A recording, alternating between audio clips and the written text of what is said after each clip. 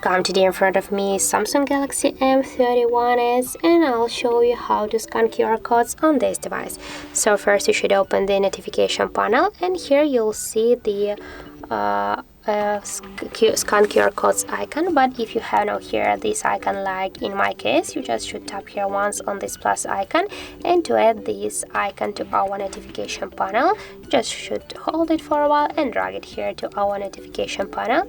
Now just tap here to done, and just use the QR code scanner, tap here once on this icon, and now for example we'll go here to this one from the scanner, and just you should by this way use your scanner here. And now as can you see, we just launch our Wikipedia, so we can just tap here to search in web. Okay, so and by this way we can just use our QR code scanner. So as can you see, that's really simple. So that's it. That's how it looks. Thank you guys for watching, and if you find this video helpful, don't forget to leave a like, comment, and to subscribe our channel.